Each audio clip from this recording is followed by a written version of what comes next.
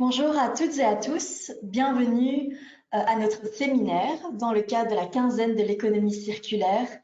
Alors, le séminaire d'aujourd'hui marque le troisième et dernier séminaire de notre trilogie qui concerne le cadre juridique et les enjeux de la circularité dans le secteur immobilier en Wallonie. En guise d'introduction, juste quelques remarques pratiques. Les slides que vous voyez à l'écran peuvent être téléchargés sur le côté droit sous l'onglet Handout. Après le webinaire, vous allez recevoir un certificat GoToWebinar. Et enfin, si jamais pendant cette présentation vous avez des questions particulières, n'hésitez pas à les mentionner dans le chat. Vous pouvez aussi nous envoyer un email à travers les adresses email que vous verrez en fin de présentation et on essaiera de revenir vers vous dans les meilleurs délais avec une réponse. Ceux qui ne nous connaissent pas encore, cette présentation sera donnée par Sean Fanioul et moi-même, Haiti Nguyen, qui sommes avocats dans le cabinet d'avocats Lydiane situé à Bruxelles. Alors, dans le cadre de l'événement, nous avons fait trois webinaires. Le premier concernait la conception, la circularité dans la conception d'un projet immobilier. Le second, dans la construction d'un projet immobilier. Et celui d'aujourd'hui concerne la circularité dans l'utilisation d'un projet immobilier. Alors, on a essayé de se limiter du mieux possible et on a choisi de traiter avec vous aujourd'hui deux questions, deux sujets spécifiques qui, selon nous, sont pertinentes par rapport au sujet abordé et surtout dans l'air du temps. D'une part, nous parlerons du partage d'électricité et des communautés d'énergie. Et ensuite, Sean vous présentera la gestion circulaire des déchets de construction en Wallonie. Bien sûr, il y a énormément d'autres sujets qu'on pourrait aborder, mais on a essayé aujourd'hui de limiter au mieux les sujets. Pour commencer, on va aborder ensemble le concept de partage d'électricité et des communautés d'énergie. Pour accélérer la transition énergétique, l'Union européenne a adopté un paquet législatif qui s'appelle le Clean Energy Package, également appelé une énergie propre pour tous les Européens, et qui est composé de différentes directives, l'une de 2018 et l'autre de 2019. L'idée, en fait, de ces directives est d'introduire plusieurs concepts et notamment la possibilité de développer des nouvelles formes de partage d'énergie et de reconnaître l'existence des communautés d'énergie. Je reviendrai sur ces différents termes tout de suite. Quels sont les objectifs finalement de ce Clean Energy Package ? Premièrement, c'est de faciliter l'intégration des installations de production d'électricité à partir de sources d'énergie renouvelables en favorisant les circuits courts. Deuxièmement, c'est également promouvoir une plus grande synchronisation entre la consommation et la production d'électricité au niveau local pour permettre de limiter les échanges avec le reste du réseau et donc les investissements dans celui-ci. Et enfin, le plus important, c'est d'optimaliser les investissements des producteurs, y compris des particuliers, qu'on appelle également les prosumers. Donc finalement, ce sont les particuliers, les clients finaux qui vont consommer l'énergie qu'ils auront eux-mêmes produit. Le terme de prosumer interviendra à nouveau dans la suite de ce séminaire, c'est pourquoi je l'explique déjà maintenant.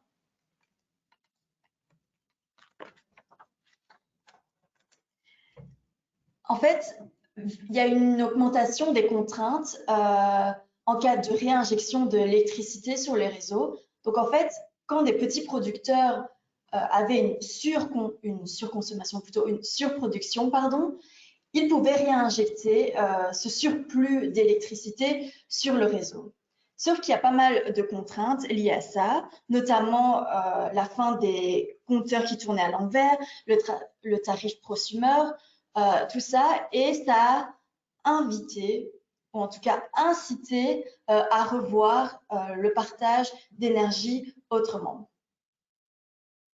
Finalement, à l'époque, en tout cas initialement, quand un petit producteur voulait installer des panneaux photovoltaïques, par exemple, sur son toit, il devait prendre en compte ses besoins propres et finalement installer uniquement les panneaux photovoltaïques qui lui étaient utiles pour sa propre consommation. Parce qu'en réalité, ce n'était pas vraiment intéressant pour des petits producteurs d'installer plus que ça, vu qu'il y avait juste ses besoins propres qui pouvaient être comblés. Grâce maintenant au partage de l'électricité entre clients finaux, l'électricité qui n'est pas immédiatement autoconsommée peut être directement achetée par d'autres clients. Et donc, l'investissement qui est fait maintenant, il peut être examiné non plus sur base des besoins propres du prosumeur, donc celui qui produit l'énergie qu'il consomme, mais aussi du potentiel de production. Donc, un prosumeur qui, par exemple, aurait un toit suffisamment grand, non pas seulement pour ses besoins propres, mais également pour les besoins d'autrui. Et donc, spécifiquement pour la région wallonne a transposé les directives que j'ai mentionnées à travers différents décrets. Et le dernier, c'est le décret du 5 mai 2022 qui modifie diverses dispositions en matière d'énergie et dont notamment également les dispositions du décret wallon du 12 avril 2002 relatif à l'organisation du marché régional de l'électricité. Et on en parlera encore. Et ce décret sera mentionné aussi à divers endroits dans notre présentation. Je vois qu'il y a une petite erreur au niveau de l'année. En fait, c'est 12 avril 2001 et non 2002. Petite erreur de frappe, veuillez m'en excuser. Donc, c'est bien 2001. Et donc, ce décret du 5 mai 2022 permet dorénavant le partage d'énergie dans différentes situations. 3 plus exactement, en cas d'échange de pair à pair, on y reviendra, en cas d'échange entre différents clients au sein d'un même bâtiment, j'expliquerai également ça plus tard, et en cas d'échange au sein d'une communauté d'énergie, ce sera notre dernier sujet. Mais tout d'abord, finalement, qu'est-ce que le partage d'électricité? Initialement, seul un fournisseur d'énergie pouvait vendre de l'électricité. Il y avait, en tant que producteur, une obligation d'avoir une licence de fourniture si on souhaitait vendre sa production d'électricité à un client final. En tout cas, il y avait une obligation de passer par un intermédiaire qui disposait de cette licence.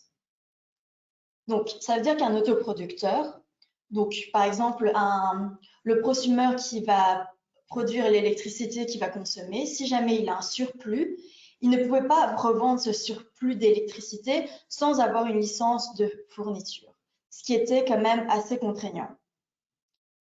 Donc, par exemple, un copropriétaire qui installe des panneaux photovoltaïques sur son toit pouvait utiliser l'électricité produite pour ses propres besoins, mais ne pouvait pas partager l'électricité avec ses copropriétaires.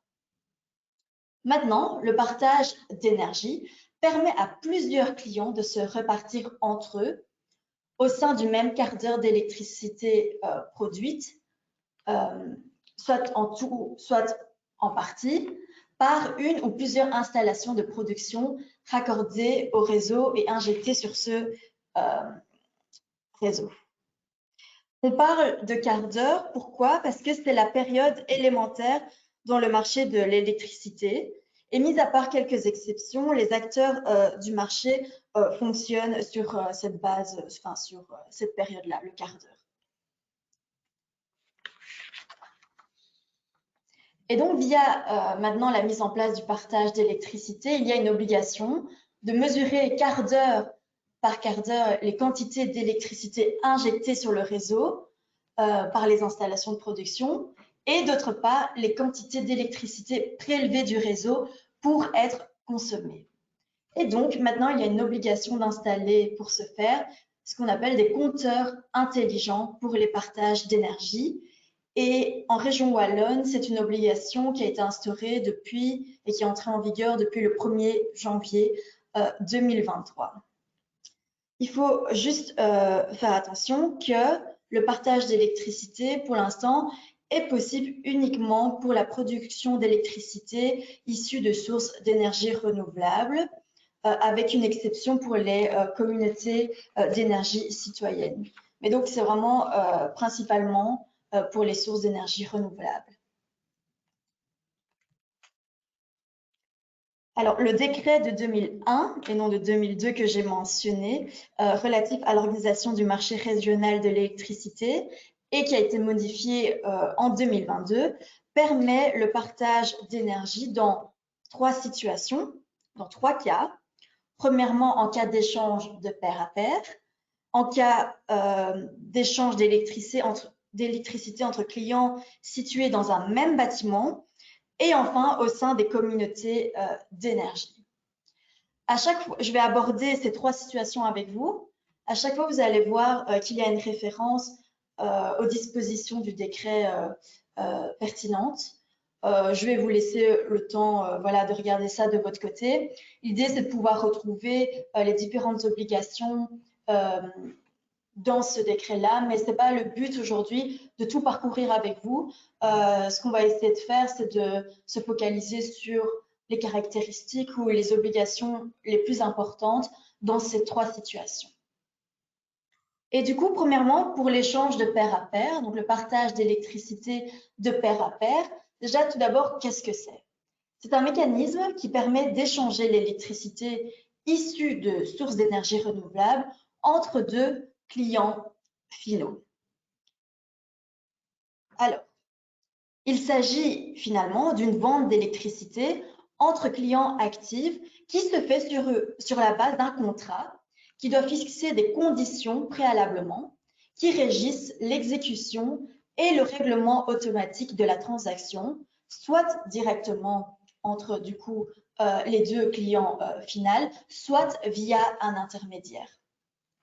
Et donc, un propriétaire de panneaux photovoltaïques, par exemple, pourrait vendre son surplus d'électricité à un seul autre client, mais bien un seul, d'où l'expression pair à pair, ou à lui-même, mais pour un autre de ses immeubles, donc un autre bâtiment pour lequel il serait propriétaire.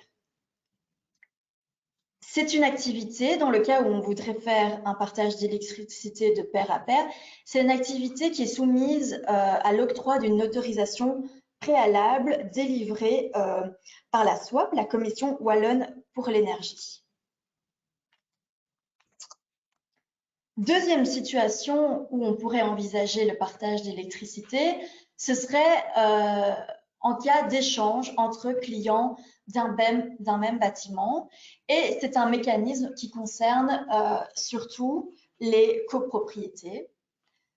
Initialement, c'était impossible d'installer des panneaux photovoltaïques par, on va dire, un occupant de l'immeuble et de permettre à tous les habitants de bénéficier de l'énergie produite dans leur partie privative.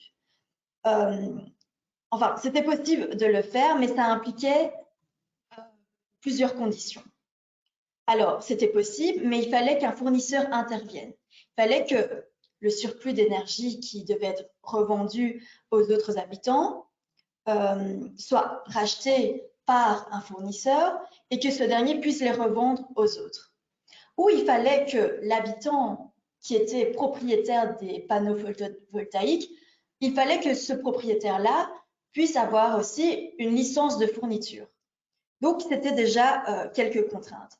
Maintenant, il est tout à fait possible, sans qu'un fournisseur intervienne ou sans obtention d'une licence de fourniture, de permettre à ces copropriétaires, ou en tout cas aux autres habitants du même immeuble, il est possible de partager cette électricité produite par ce même propriétaire de panneaux. Donc finalement, l'échange entre clients d'un même bâtiment, ça concerne qui? des clients actifs qui agissent collectivement. Alors, ça doit être minimum 2 personnes et qui partagent de l'électricité issue de sources d'énergie renouvelable produites à partir d'une installation située dans ce même bâtiment. Il y a différentes obligations dans un tel cas. Et les différentes obligations sont de toute façon listées à l'article 95 nonies du décret de 2001. Une de ces obligations, c'est pour les clients actifs de conclure un contrat préalablement au partage d'électricité. Et ce contrat doit prévoir différentes dispositions. Ici, j'ai listé les plus importantes. Il y en a d'autres. Je vous invite à aller consulter directement le décret. Mais notamment, il faut des dispositions qui régissent les règles et les responsabilités en matière de vie privée et de protection des données à caractère personnel. Il faut pouvoir aussi régir tous les droits et obligations de chaque client actif relatifs aux règles de partage et notamment la clé de répartition qui sera applicable à l'électricité partagée. Il faut aussi inclure toutes les informations relatives à l'obligation de renoncer à l'application du régime de compensation annuelle et au tarif social pour la consommation de l'électricité partagée. Il faut aussi prévoir les conditions de participation et de retrait du système de partage au cas où, par exemple, un habitant de l'immeuble déménage. Il faut aussi prévoir une procédure en cas de défaut de paiement. Dans le cas d'un partage d'électricité entre clients d'un même bâtiment, il ne faut pas une autorisation préalable auprès de la région wallonne, contrairement à l'échange entre pairs et pairs. Mais il y a quand même certaines formalités, notamment une fois que ce partage d'électricité, ce système est introduit, il doit être notifié au gestionnaire du réseau et il faut conclure un contrat obligatoirement entre le gestionnaire du réseau et le représentant désigné du partage d'énergie. Notamment, c'est important pour toutes les questions de transmission d'informations, de répartition de l'électricité produite, etc.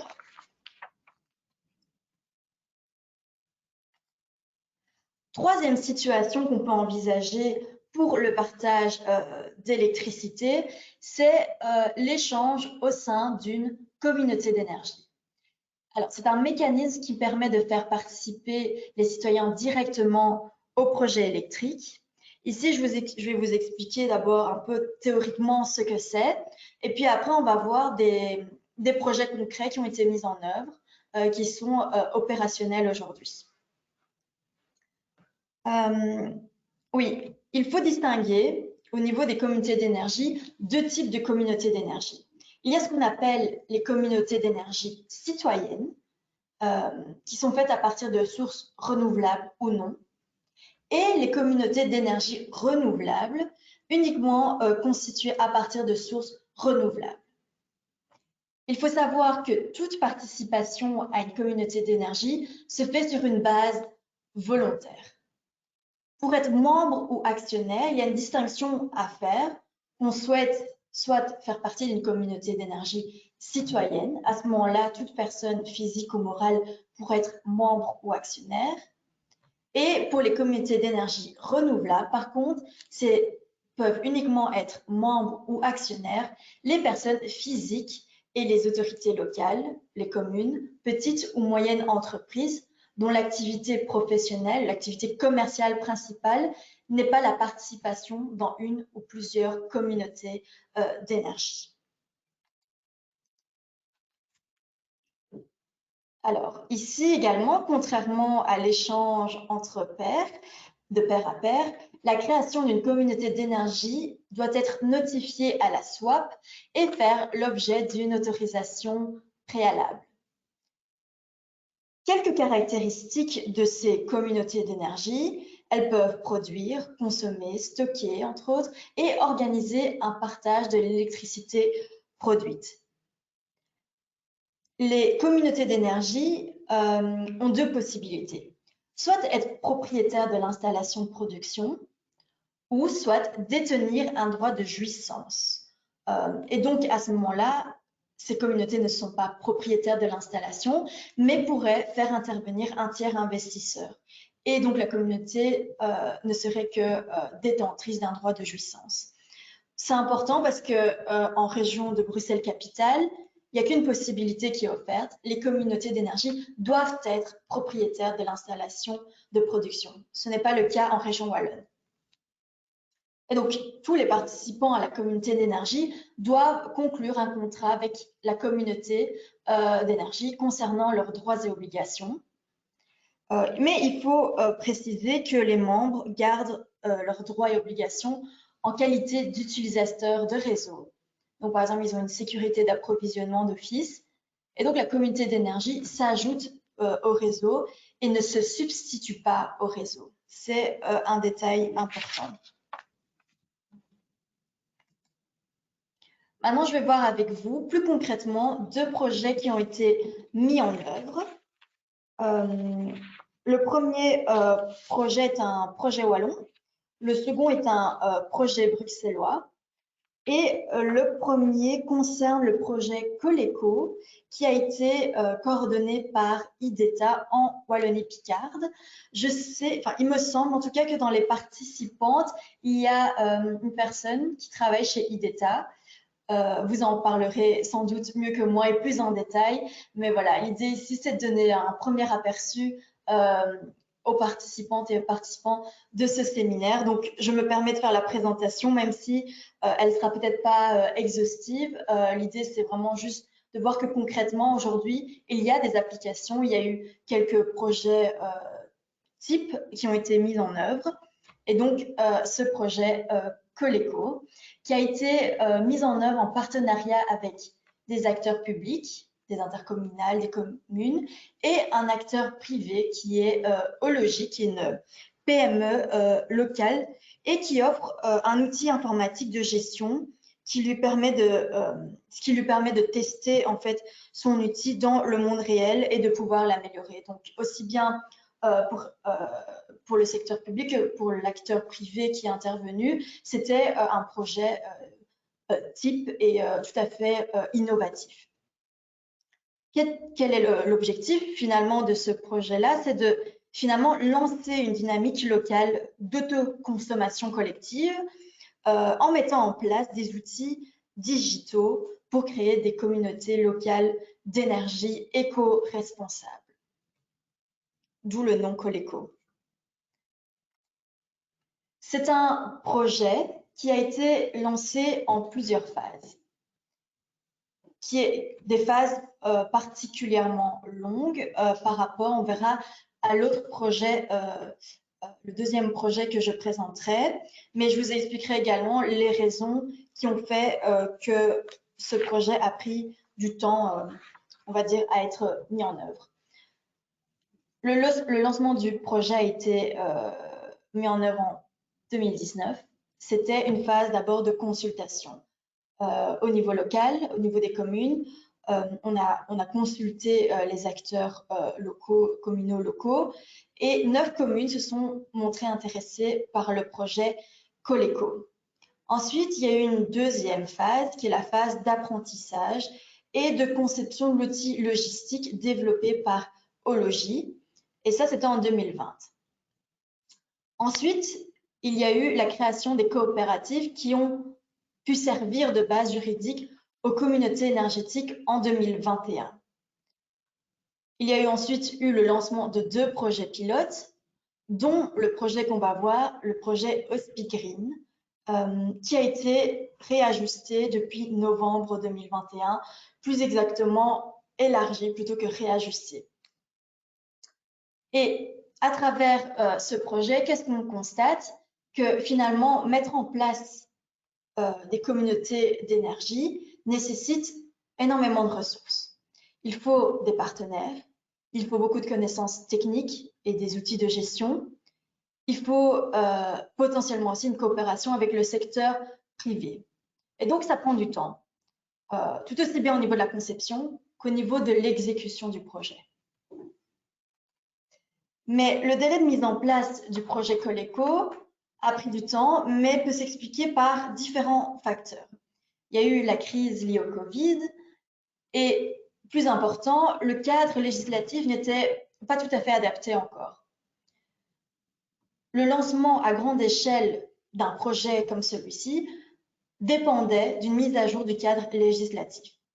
Comme je l'ai dit précédemment, c'est uniquement à partir du 1er janvier 2023, en tout cas en région wallonne, que les compteurs intelligents pouvaient être placés.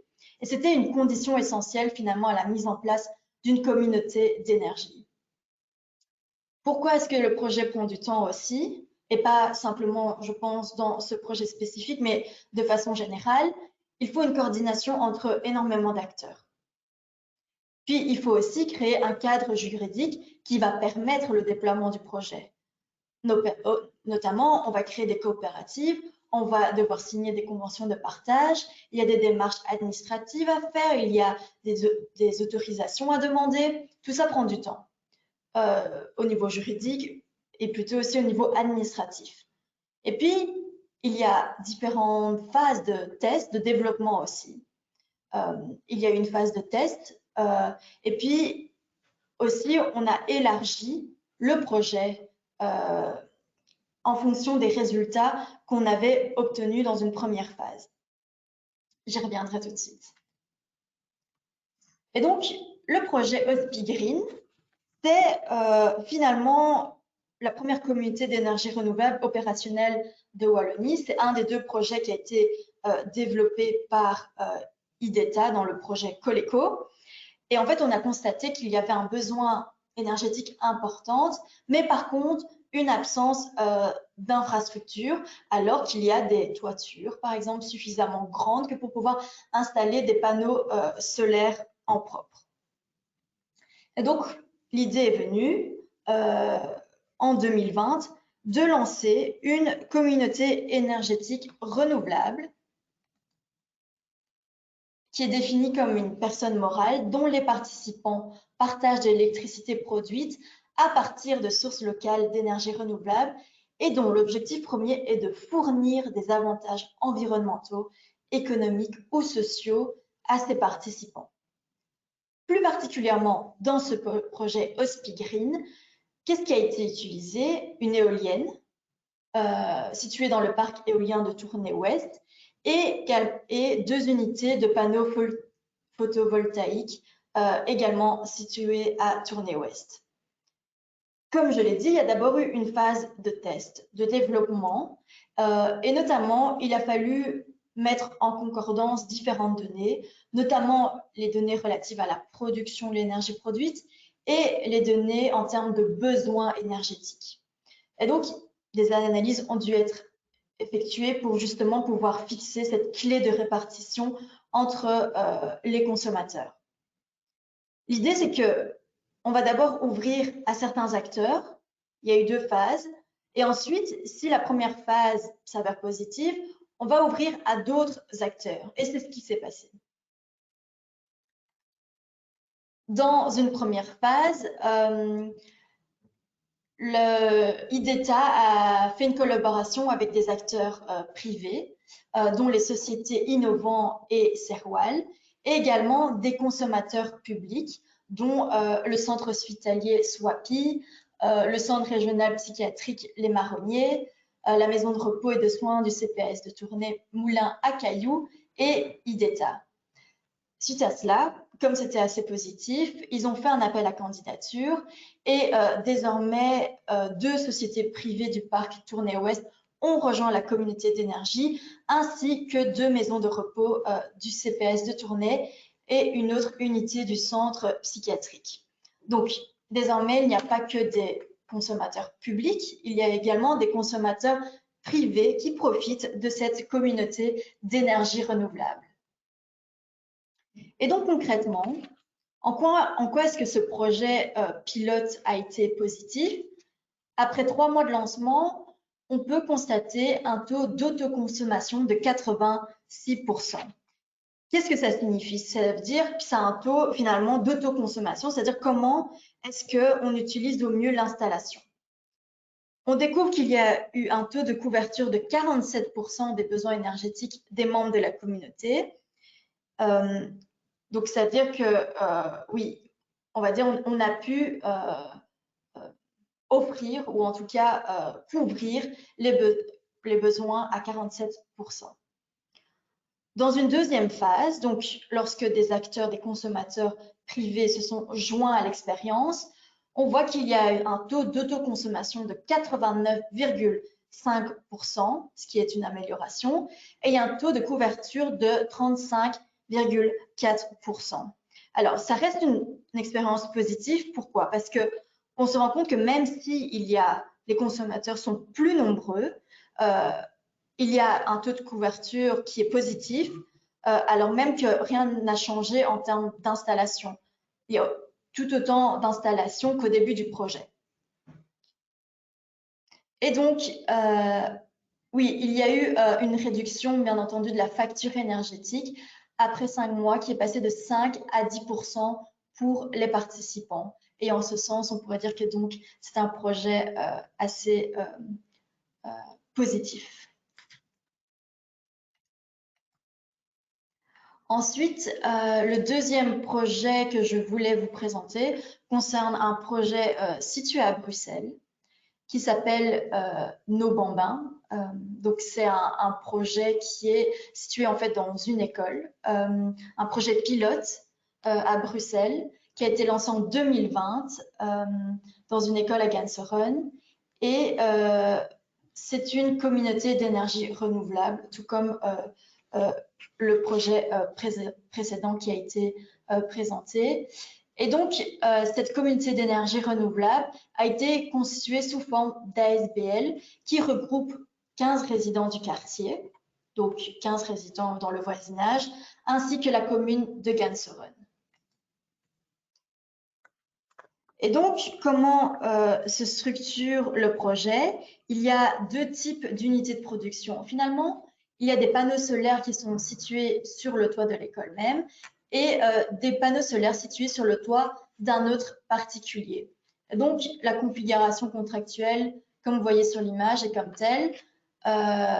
Nos Bambins SBL a conclu un contrat avec le prosumeur particulier, donc celui qui a ses panneaux solaires sur son toit, Sibelga en tant que vendeur, avec les consommateurs, donc les résidents du quartier, Sibelga en tant que gestionnaire du réseau de distribution, également un fournisseur pour le rachat du surplus d'énergie collectif. Et on peut voir et un peu faire un parallèle avec le projet précédent. Il y a eu différentes phases de mise en place également. Dans un premier temps, en 2019, on a installé des compteurs sur les unités de production. On a tenté de définir le projet d'abord. Ensuite, on a consulté les résidents du quartier. On a demandé au voisinage qui était intéressé de participer. Et puis ensuite, en 2020, on a fait une demande de dérogation auprès de Bruegel. Pourquoi est-ce qu'on parle de dérogation? Finalement, le prix de vente de l'électricité est plus bas que celui proposé par les fournisseurs classiques pour différentes raisons. Notamment, par exemple, il ne faut pas payer de frais d'utilisation du réseau. Le tarif d'utilisation du réseau est également réduit. Et aussi, il y a un coût de production d'électricité qui est réduit. Pour différentes raisons, il fallait introduire une demande de dérogation qui a été octroyée. Et donc, c'est en août 2020 que le projet a pu être lancé. On peut voir que la mise en place a été un peu plus courte que le projet précédent que j'ai présenté. Bon, aussi en termes d'ampleur du projet, c'est pas la même chose non plus. La seule différence, surtout, qui est pertinente, c'est que dans ce projet École Nos Bambins, c'est un projet qui a été lancé en une seule phase. Alors que dans le précédent, il y a eu d'abord une phase avec que des consommateurs publics et ensuite on a élargi. Voilà, aussi quelques chiffres par rapport à ce projet. On voit qu'il y a un taux d'autoconsommation collective de 54%. Le volume annuel injecté par les producteurs est de 36 000 kWh. je ne vais pas entrer plus dans les détails, mais donc finalement, l'économie qui a pu être faite sur la facture d'électricité des 12 consommateurs ensemble était de 1 705 €. Voilà. J'en ai fini avec la partie sur le partage d'énergie et les communautés d'énergie. Je vais tout de suite laisser la parole à mon collègue Sean Fanioul qui va présenter avec vous la gestion circulaire des déchets de construction.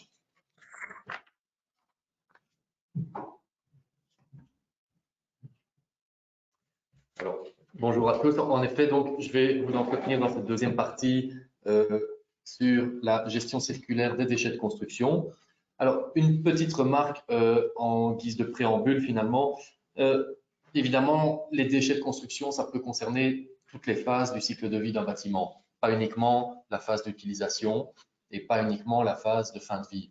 Ça peut évidemment aussi concerner la phase de construction, puisque quand on construit un immeuble, on va générer des déchets de construction. Et en amont de tout ça, évidemment, eh bien, pour générer le moins de déchets possible, il faut aussi concevoir, donc ça concerne la phase de conception d'un projet immobilier, il faut concevoir de telle manière à générer moins de déchets. C'est toutefois un choix qu'on a fait d'en parler dans cette dernière partie de notre série de webinaires, parce qu'il faut bien en parler quelque part. Et voilà, comme je l'ai dit, ça concerne aussi la rénovation, qui est une phase d'utilisation finalement d'un immeuble, la fin de vie d'un bâtiment, quand on doit, si on doit plutôt le démolir ou le déconstruire, et toute une autre série de scénarios qui peuvent se présenter. Alors, le meilleur déchet est celui qui n'existe pas. Ça, c'est une phrase que vous avez déjà dû entendre pas mal. Et si on l'entend beaucoup, cette phrase, c'est tout simplement parce qu'elle est très vraie. L'enjeu en matière de déchets, en termes de durabilité, en termes environnementaux, en termes de circularité, c'est finalement de ne pas avoir de déchets. Vous verrez en dessous quelques chiffres que j'ai pris du rapport Circular Wallonia de 2021.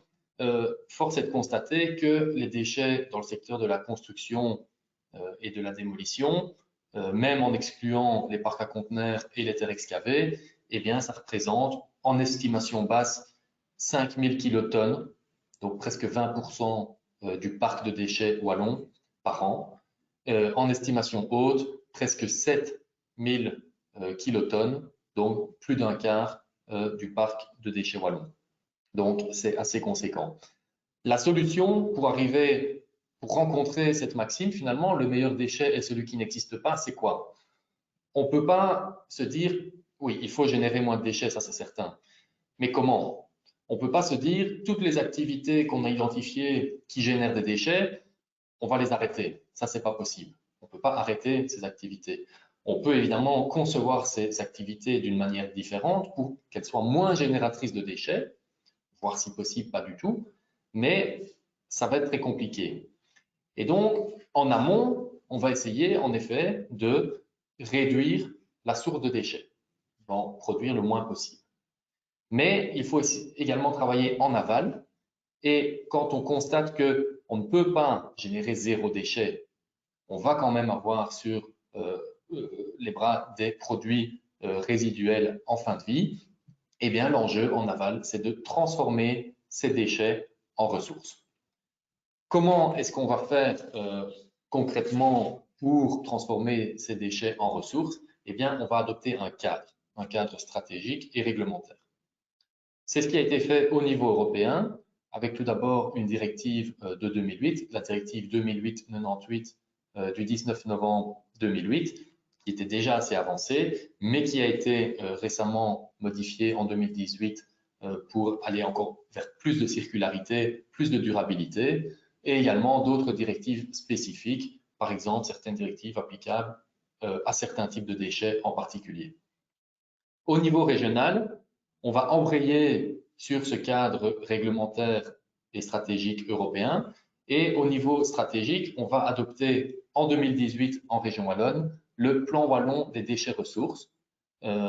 Et au niveau réglementaire, de nouveau, on va embrayer sur ce plan wallon des déchets ressources en adoptant en 2023, donc le 8 mars 2023, c'est extrêmement récent, le décret relatif aux déchets, à la circularité des matières et à la propreté publique. Une brève présentation du plan wallon des déchets ressources et en guise d'introduction, cette échelle dont vous avez peut-être déjà entendu parler, donc l'échelle de Lansing, qui est la hiérarchie des déchets et qui sous-tend en réalité le plan wallon des déchets ressources, mais aussi l'ensemble des politiques et des réglementations wallonnes relatives aux déchets existantes et à venir. Cette hiérarchie des déchets, cette échelle de Lansing, elle se présente comment? Elle se présente sous forme de 5 stades qui sont classés par ordre décroissant de priorité, 5 stades qui concernent à chaque fois la manière dont on va traiter, dont on va appréhender un déchet. Le premier stade, c'est la prévention. Donc je répète, le meilleur déchet, c'est celui qui n'existe pas. La prévention, ça va être de repenser complètement notre modèle économique pour essayer de réduire au maximum la création de déchets, la génération de déchets. Ça veut dire ne consommer une ressource que si elle est absolument indispensable, que s'il est absolument indispensable de la consommer. Ça veut dire aussi prolonger la durée de vie des produits. Ensuite, vous avez la réutilisation. Si vous vous rappelez, la réutilisation, c'est réutiliser un produit, une ressource, qui a déjà été utilisée par le passé, sans modifier sa substance et l'utiliser pour la même fonction pour laquelle elle était utilisée jusqu'ici. Donc, c'est finalement le deuxième stade, c'est le plus intéressant. On va essayer de réutiliser tel quel les produits sans avoir à générer de nouveau, à devoir mobiliser des nouvelles ressources pour, par exemple, le revaloriser ou le recycler. Ça veut dire aussi la réutilisation, ça rejoint aussi la prolongation de la durée de vie des produits. On réutilise un produit, on ne le transforme pas et donc on prolonge sa durée de vie autant que possible. Ensuite, vous avez le recyclage ou les autres formes de valorisation. Ça, c'est plus une idée d'optimiser les ressources dont qu'on a à notre disposition. Et enfin, le dernier stade, extrêmement subsidiaire, voire dans un monde idéal qui devrait être inexistant, c'est l'élimination des déchets. Alors concrètement, le plan wallon des déchets ressources, c'est quoi? Ça se présente comment? Alors, c'est 33 orientations stratégiques, un programme composé de 157 mesures qui chacune sont déclinées en une ou plusieurs actions et au total, plus de 700 actions qui ont été identifiées et édictées par le gouvernement wallon. Le but de tout ça, c'est de nouveau prévenir l'apparition, réutiliser, trier, recycler ou encore valoriser les déchets. Concrètement, ça se présente comment? J'ai pris quelques exemples de mesures qui sont édictées. Donc, la mesure 17, renforcer le contrôle des opérations relatives aux déchets de construction et de démolition, dont les terres excavées. Mesure 31, promouvoir l'éco-construction en limitant les déchets. Mesure 33, établir des normes de déconstruction sélective des immeubles. Mesure 44, soutenir le développement de la filière de la réutilisation des déchets de construction. Donc, le gouvernement a véritablement identifié des mesures concrètes qu'il a déclinées en action pour essayer d'apporter plus de circularité dans la gestion des déchets de construction.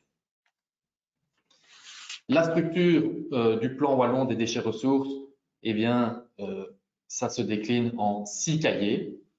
Le premier cahier qui est le cadre stratégique, le deuxième cahier qui est le programme de prévention et de réutilisation des déchets, le troisième, gestion spécifique des déchets ménagers, 4, gestion spécifique des déchets industriels, 5, plan de propreté publique, lutte contre les déchets et dépôts sauvages, et 6, impacts environnementaux et socio-économiques.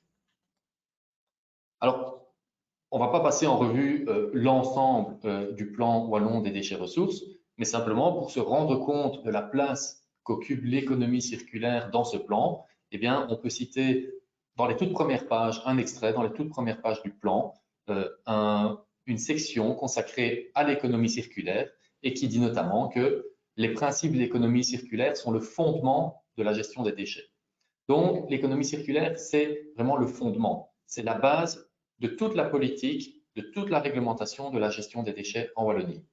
Le concept d'économie circulaire est une formalisation pédagogique de cette prise de conscience. Il permet également de dynamiser la réflexion des gestionnaires de produits en fin de vie afin de les considérer non comme des rebuts, mais comme des opportunités de nouvelles richesses. Et donc ici, on retrouve ce dont j'ai parlé en début de présentation. Donc l'idée, c'est pas seulement en amont de réduire la quantité de déchets, mais également en aval. Si déchets il y a, eh bien, on va changer de paradigme. On va plus considérer que ce sont des déchets, mais on va les voir comme des opportunités, comme des ressources. Deuxième extrait qui me semblait intéressant dans le plan wallon des déchets ressources, qui va nous dire finalement comment est-ce qu'on va concrétiser cette stratégie, parce qu'on est toujours dans un cadre stratégique, il n'y a encore rien d'obligatoire. Eh bien, le plan nous dit la mise en œuvre du plan wallon des déchets, ainsi que les initiatives européennes en matière d'économie circulaire, vont demander l'adaptation du droit wallon relatif aux déchets. Et donc, en 2018, quand on adopte le plan, quand le gouvernement wallon adopte le plan, il sait déjà que ce ne sera pas suffisant. Il veut simplement poser la stratégie globale, mais il dit déjà, si on veut mettre cela en œuvre, il va falloir adapter le droit wallon des déchets. Ça nous amène en 2023, il y a 2 mois, le 8 mars 2023, avec ce nouveau décret relatif aux déchets, qui s'appelle désormais non plus simplement le décret relatif aux déchets, mais on a ajouté à la circularité des matières et à la propreté publique. Le décret, il transpose partiellement en droit wallon 6 directives européennes, dont la directive de 2008 dont je vous ai parlé précédemment, et également les autres directives plus sectorielles, propres à certaines catégories de déchets ou à certains secteurs. Le décret, ça c'est important de le savoir, va parfois plus loin, ou du moins le décret et les habilitations qu'il anticipe, qu'il envisage, va parfois plus loin que le socle minimaliste européen. Un exemple, c'est que le décret se donne véritablement pour ambition, dans certains secteurs, à aller vers une transition renforcée, d'aller vers le zéro déchet, ce qui n'est pas imposé par la directive. Alors, dans les communications qui ont été faites à l'adoption du décret, après l'adoption du décret, le gouvernement wallon, le Parlement wallon dit clairement que ce décret s'appuie sur l'échelle de l'ANSINC, qui met l'accent sur la prévention, premier point, des déchets, prend en considération l'ensemble du cycle de vie des déchets, deuxième point, depuis leur production jusqu'à leur élimination, et en passant par le réemploi et le recyclage, troisième point. On voit véritablement que c'est un décret, donc on voit ces notions, on voit que c'est un décret qui a été pensé pour mettre en lien le droit des déchets avec l'économie circulaire, rendre le droit des déchets favorable à la transition vers une économie circulaire.